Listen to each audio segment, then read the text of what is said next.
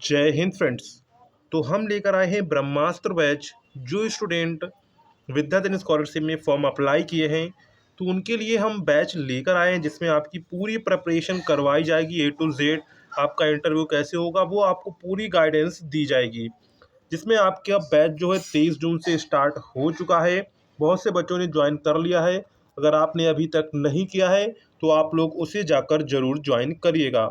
इसमें आपको मिलेगा क्या क्या, टॉपिक वाइज वहाँ पर आपको वीडियो लेक्चर्स मिलेंगे, PDF नोट्स आपको मिलेंगे, मॉक टेस्ट भी दिया जाएगा। इसके अलावा अगर आपको कोई प्रॉब्लम होती है, उससे रिलेटेड आपको कोई जानकारी चाहिए तो आपको वहाँ पर मिल जाएगी। साथ में प्रीवियस ईयर क्वेश्चन पेपर्स की भी प्रैक्टिस कराई जाएगी।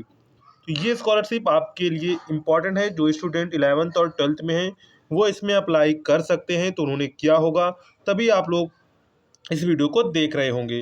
तो ये आपको ओनली मिनिमम मात्र 99 रुपीज़ में आप लोग इस बैच को ज्वाइन कर सकते हैं।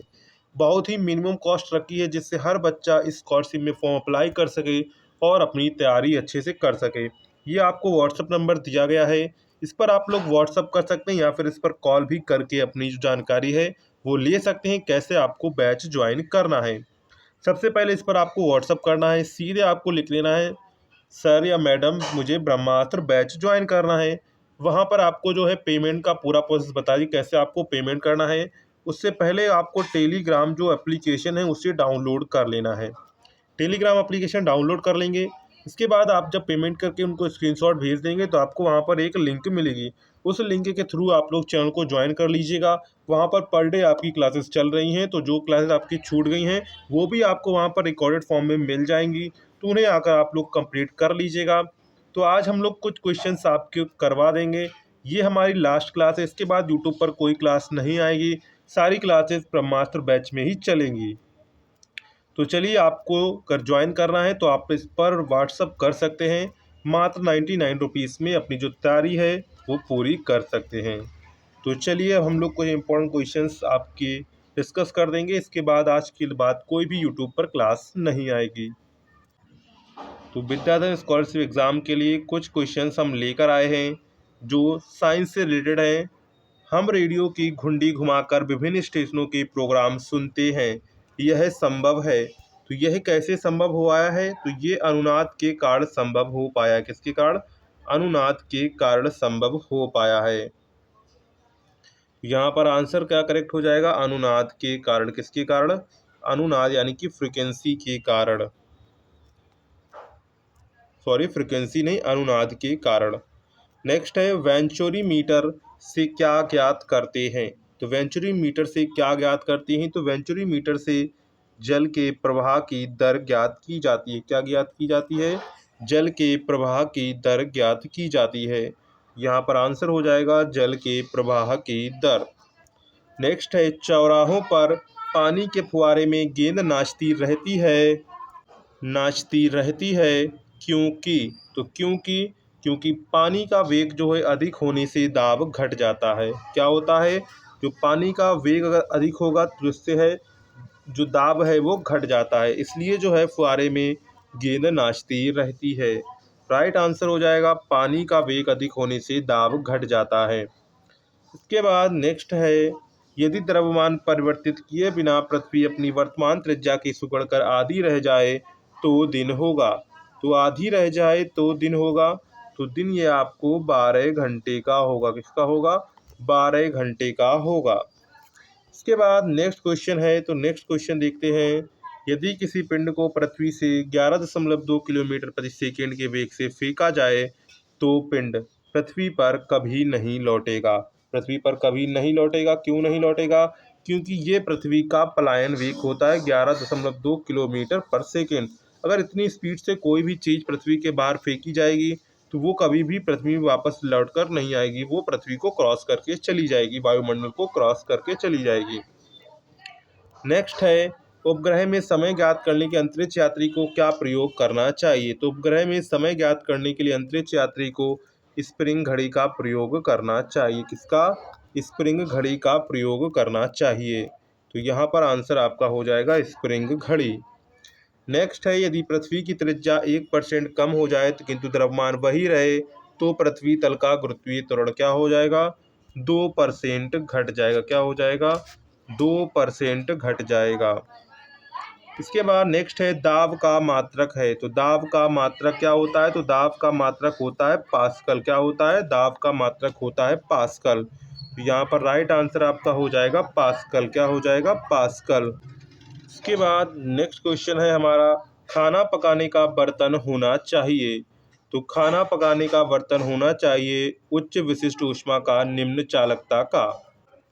इसके बाद नेक्स्ट क्वेश्चन है हमारा, झरने में जब जल ऊंचाई से गिरता है तो उसका ताप क्या होता है? बढ़ जाता है। क्या होता है? ताप जो है उसका टेम्परेचर है वो इंक्रीज हो जाता है। क्या हो जाता है? टेम्परेचर है वो इंक्रीज हो जाता है।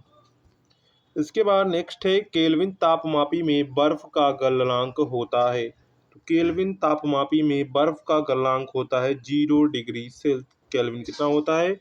-0 डिग्री केल्विन होता है। नेक्स्ट है, बॉटनी शब्द की उत्पत्ति किस भाषा के शब्द से हुई है? तो बॉटनी शब्द की उत्पत्ति किस भाषा के शब्द से हुई है? तो ये जो हुई है वो ग्रीक भाषा के शब्द से हुई है। किससे हुई है? ग्रीक भाषा के शब्द से हुई है।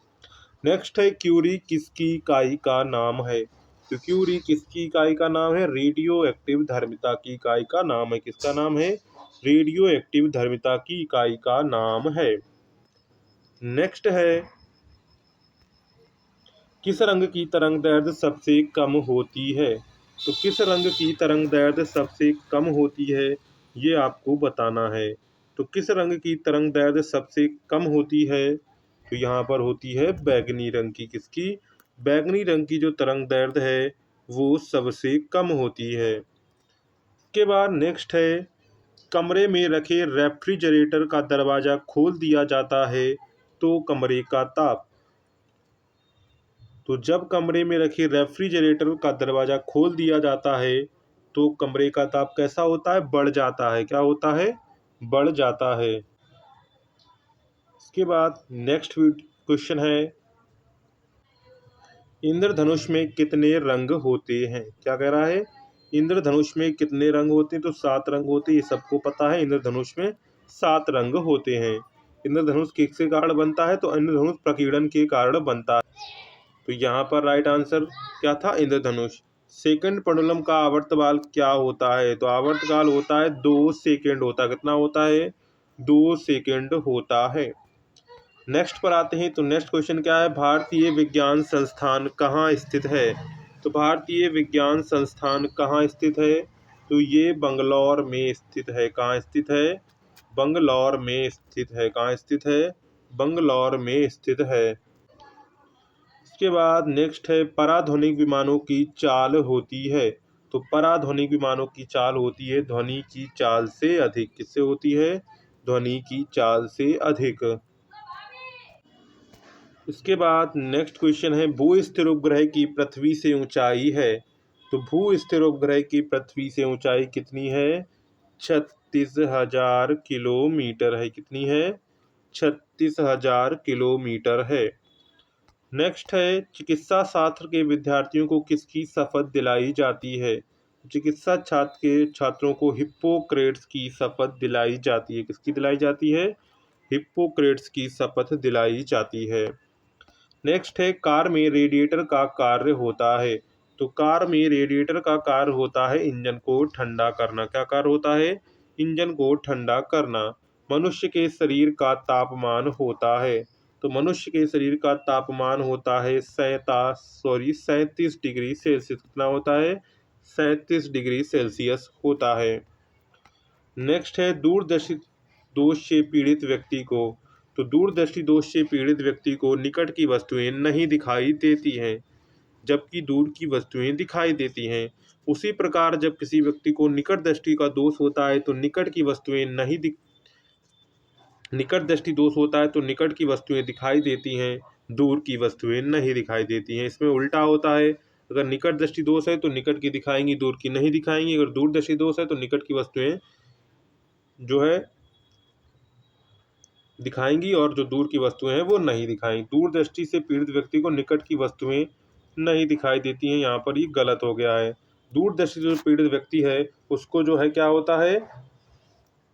दूर की वस्तुएं जो है दिखाई देती हैं और निकट की वस्तुएं नहीं दिखाई देती हैं। तो यहाँ पर ये सही लिखा हुआ है, कन्फ्यूज़न हो गया थोड़ा इसमें कि इसमें उल्टा होता है, यानी कि दूर दृष्टि दोष है तो क्या होगा, दूर की वस्तुएं जो है वो दिखाई देंगी, पास की वस्तुएं नहीं दिखाई, यानी कि उल्टा होगा। अगर निकट दृष्टि दोष होगा तो उसमें क्या होगा, निकट की वस्तुएं दिखाई देंगी, दूर की वस्तुएं नहीं दिखाई देंगी। इसलिए यहाँ पर ये क्या है, राइट आंसर है, निकट की वस्तुएं नहीं दिखाई देती हैं। यहाँ पर राइट आंसर क्या है, निकट की वस्तुएं दिखाई नहीं देती हैं। इसमें थोड़ा कन्फ्यूज़न हो जाता है तो आप लोग इसे सही से कर लीजिएगा। किताब के ऊपर रखे किसी लेंस को ऊपर उठाने पर यदि मुद्रित अक्षरों का आकार बढ़ता हुआ दिखाई देता है तो लेंस कहता है, तो लेंस उत्तल है। कैसा है, तो लेंस उत्तल है। नेक्स्ट है, यदि किसी लेंस से अक्षरों का आकार छोटा दिखाई देता है तो लेंस कैसा है, तो लेंस अवतल है। ये आपको याद कर लेना है। इसके बाद नेक्स्ट है, तारे टिमटिमाते हैं। तो तारे टिमटिमाते हैं अपवर्तन के कारण। किसके कारण टिमटिमाते हैं, अपवर्तन के कारण टिमटिमाते हैं। निम्नलिखित में से कौन से आवेश रहित कण है, तो आवेश रहित कण होता है न्यूट्रॉन। क्या होता है, न्यूट्रॉन।